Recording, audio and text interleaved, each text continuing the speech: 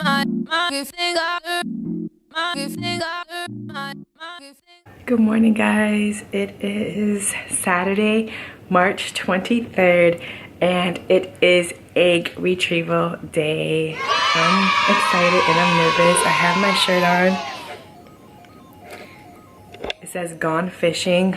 This was given to me by one of my TTC sisters that she graduated from yoga, and so when they graduate from yoga, they give everyone in the class a gift. So she gifted everyone these shirts that say Gone Fishing, and so I won't read everything, but I'll just read a little bit. So she gave us a card, and I told her that I told her that my egg retrieval was coming up and that I would wear this shirt for my egg retrieval. So this is the shirt.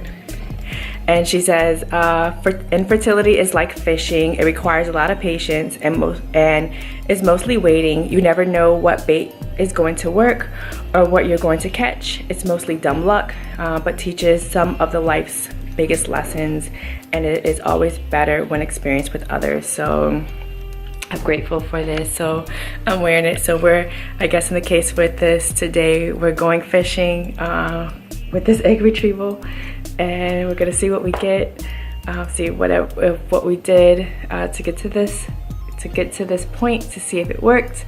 So we will see. So so I haven't ate anything because I'm gonna go under general anesthesia. It's snowing outside. It's March 23rd. I'll show you guys this part.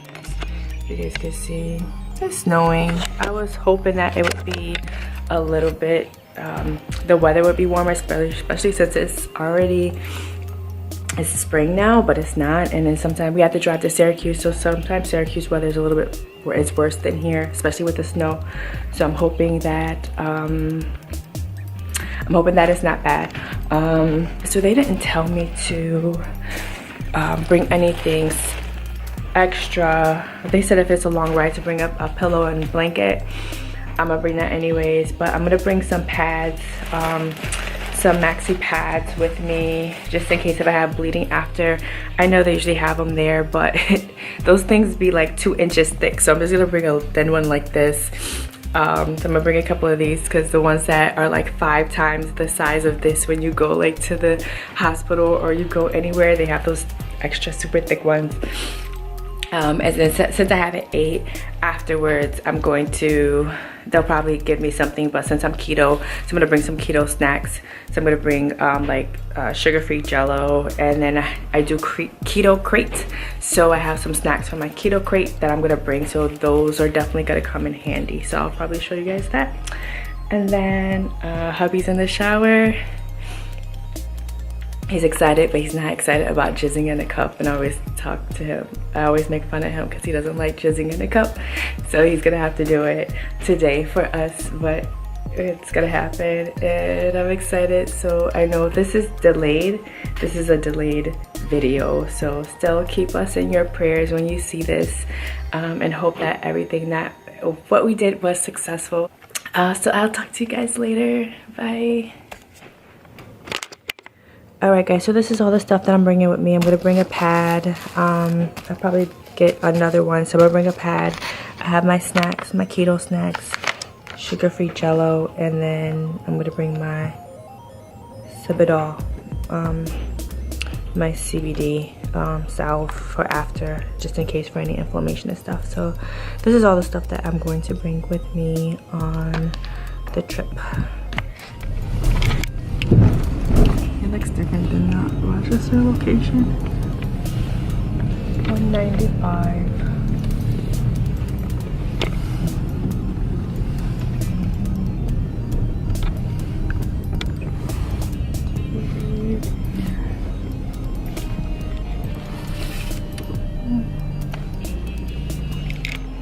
You look nervous right now. I'm not nervous. It's weird going into a room, putting my stuff in a cup, knowing how I got there, and being on my lonesome, and not being able to wear lotion or anything today. What am I supposed to use for lubrication? I'm pretty sure they'll have something in there for you. I'm good. Okay. You're Batman. Hmm? You're Batman.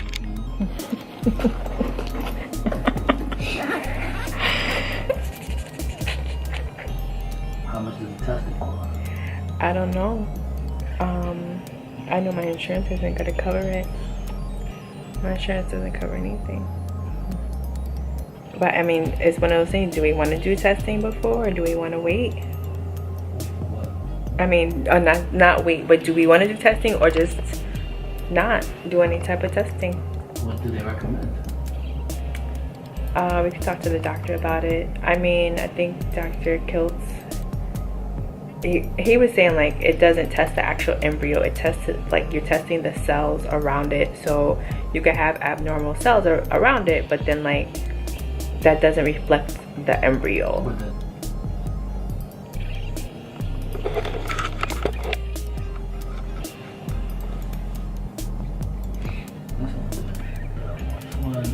Healthy child.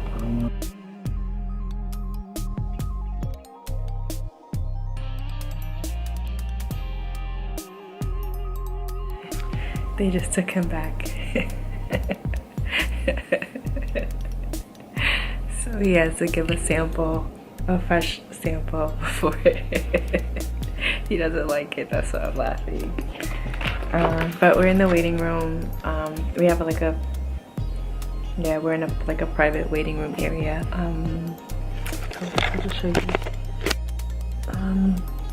So it's just me and him in this room right now. And then I don't know if he'll go back out to the waiting room. Probably after they do whatever with me, they'll probably take him back out to the waiting room or whatever. So I'm just here right now waiting for him to come back. Yeah, so that's it. And surprisingly, I'm not nervous like I was before I had my myomectomy surgery. I was like really nervous beforehand. But no, I take that back. I was nervous, but I wasn't nervous until I got in the room and I seen like I was about to have surgery, and that's when I started freaking out. So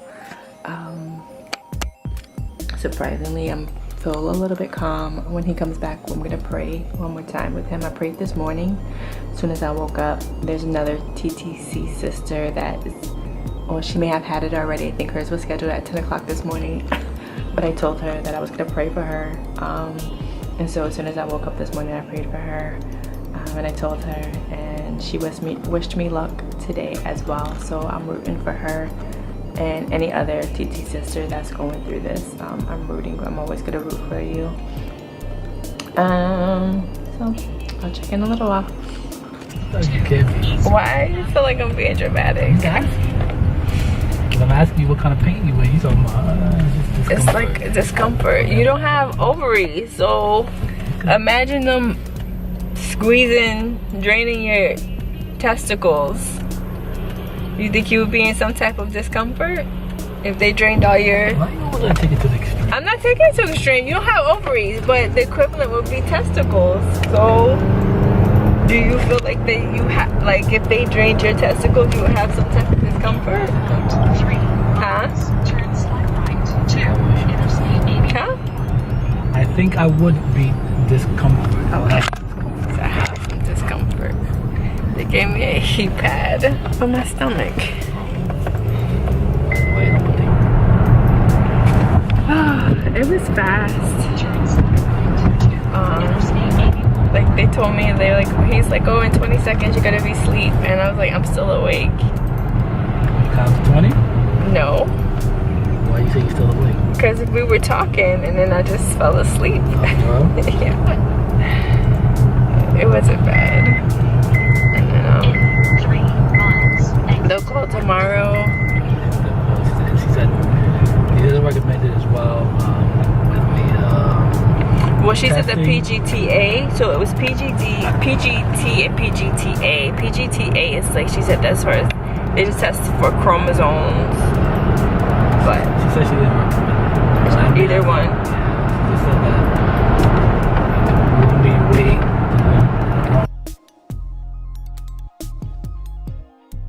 Stomach hurt. Not bad. They gave me Tylenol.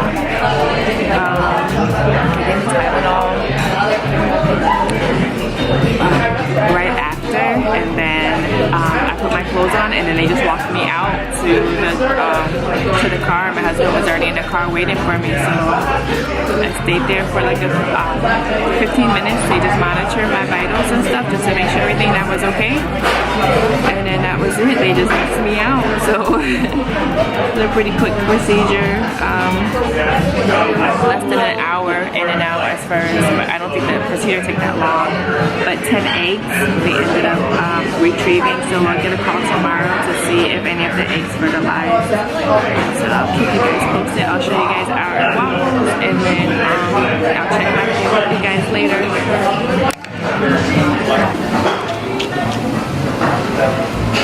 It looks yummy. You got the James Brownie waffle, and I got the Booty Brunch, which has bacon, egg, and cheese, so still a little bit of keto. And we got chicken wings on the side.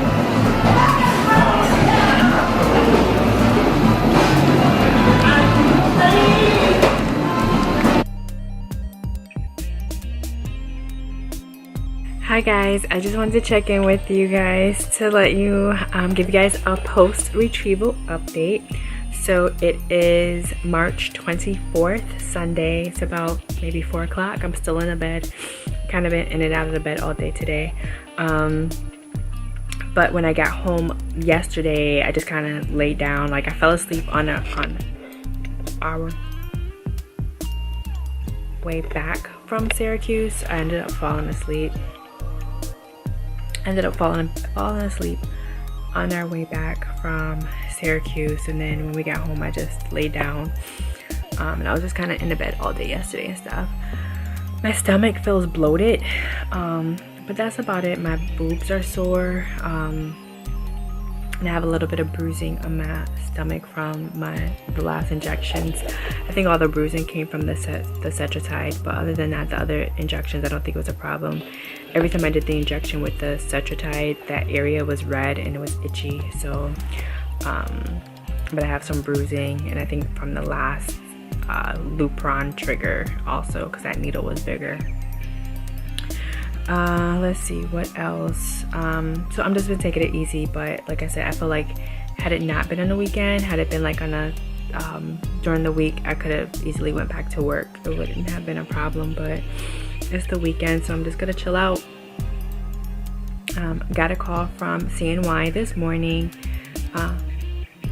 Got a call this morning from CNY from one of the nurses, and they said that, so we found out yesterday that 10 eggs were retrieved. Of the 10, 9 fertilized, and currently we have 4 embryos. So I'm excited. She said it's still early. She said it's possible that we may get 3 more. They're gonna give us an update on day 3 to confirm, but for now we definitely have 4 embryos, and then she said it's possible that we may have 3 more. She also asked about the testing, the PGD testing, but the pre-genetic testing, and I told her that we're gonna opt not to do it. She kind of confirmed. She said that, and same thing yesterday when the nurse talked to my husband, he asked her for her honest opinion, like what would you do, and she said don't, like not to do it, like she wouldn't do it. When I told the nurse today that we were not going to do it, she said that again they weren't going to press it. She said that it was fine. She said she really thinks that the best thing is just to let the embryos grow and not to touch them. And I listened to Dr. Kilt's fireside chat. He has a fireside chat every Sunday night at 8, Instagram and Facebook, and he's always talking about it. He always has this little soccer ball, and the soccer ball has a net around it, and he was saying that like when you do the testing, it's just capturing one like tiny cell on the outer layer of that embryo, and it's not capturing like the true, it's not testing the actual embryo. So in that case you could get an abnormal cell, but it doesn't mean that the actual embryo is abnormal. So he says that you gotta stress that a lot as far as the testing. Like, so in that case, if one cell is bad, you're gonna throw it away. But it could be not, or not throw it away, but